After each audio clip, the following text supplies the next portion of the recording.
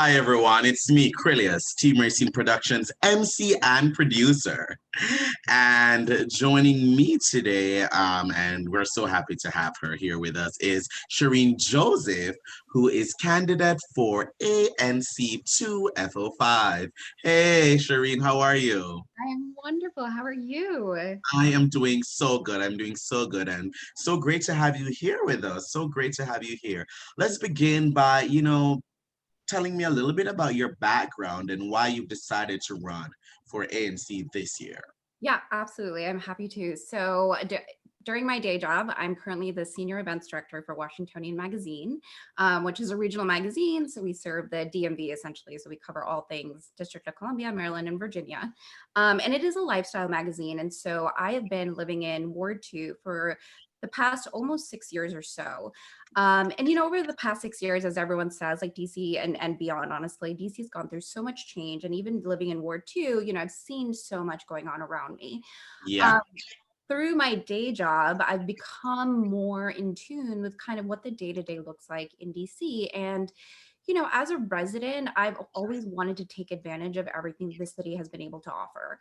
And I found it increasingly difficult to do so. That was really my biggest thing. And then I kind of had like one day I just thought to myself, if I'm having so much trouble navigating the system of this city, then imagine what it looks like for people who are not as privileged or don't just have the same access.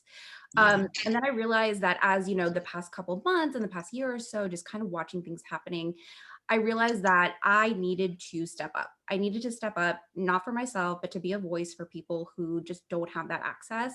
I don't have as much experience in, public service as some of the other candidates running for ANC. I don't think of that as a negative. Instead, I'm hoping to learn as much as I can and take that to my constituents to say, we're in this together. I am going to figure out the system and we're going to do this as like a joint collective. And that's very important. I like to hear that. That's very, very important, and learning from others and taking a chance with this. Tell me, what are the biggest issues that you've identified that you would want to tackle if, elected to the role as the NC commissioner? Yeah, absolutely. So there's definitely a whole slate of things that I'm looking at. One of the main things right now is definitely affordable housing and homelessness. I mean, everyone knows that this is an issue that this city has faced for a very long time. Obviously, there's an increased look at it as the pandemic has honestly exacerbated a lot of issues that people have been facing every day.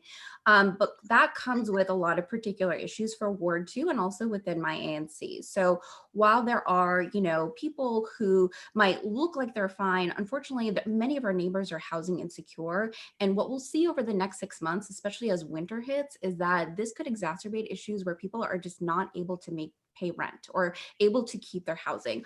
Of course, the city has passed ordinances that prevent people from being, moved out or kicked out or evicted from their homes.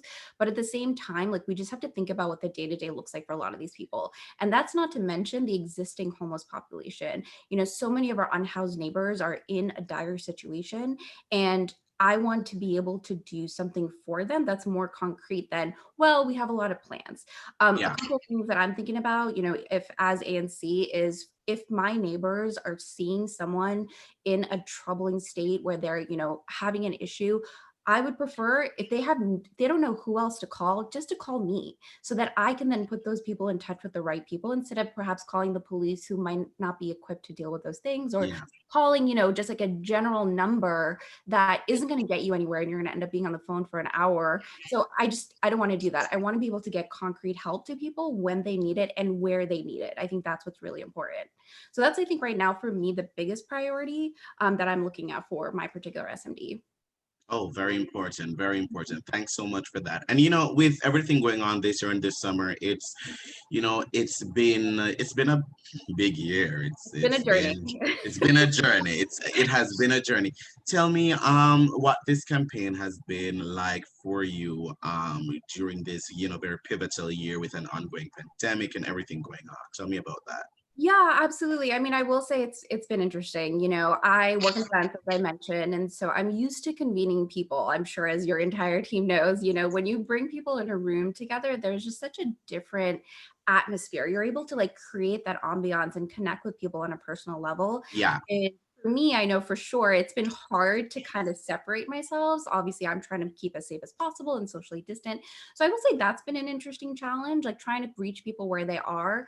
Obviously we have the internet and we have, phone calls and things like that and ways to connect with people. But truly, when you're trying to reach as many people as you want to reach in a campaign, you do need to be able to get to them wherever they are. So if you're thinking about people who perhaps don't have access to the internet, perhaps don't have a stable phone line that they can go to, how do you reach those people? So that's definitely one of the challenges that I've been trying to address throughout my campaign. Yeah. I would say the second thing for me has been just hearing from people as they're communicating their frustrations. I think everyone is frustrated right now. It is totally fine to be frustrated, and taking care of mental health is incredibly important during this time. Um, Very that, Yes, yes. right. And through those frustrations, I'm trying to get to, what are the issues that people are hoping to address. And Yeah. I've noticed things, I've noticed one, people are hoping to kind of help themselves. So they're in a tough spot. They may have lost their job. They're on furlough. They're waiting for the unemployment check. So how do they get themselves to a better place? And how do they navigate the system that's currently our government? And then the second are people who are looking to help. I think there are people out there who don't know what to do and how to put their resources in forward to help other people. So I've been kind of taking note of how many people have been talking to me about this and hoping to build those bridges. That yes, and that's so important. That is so so so important. Well, what would you like to tell our viewers about voting this year, especially, and the importance of it, especially when it comes to local elections? Yeah, that's a great point. I mean, honestly, it doesn't matter what year it is, you vote like your life depends on it, because it does, right? Like Yeah, for a lot of people, it might not be a life or death situation, but there are many people for whom it is a life or death it situation. is. Yeah, It is for so many people. for so many people. So first things first, put yourself in the mindset of those folks who are going to be affected in that kind of way by the results of an election. So go out and vote.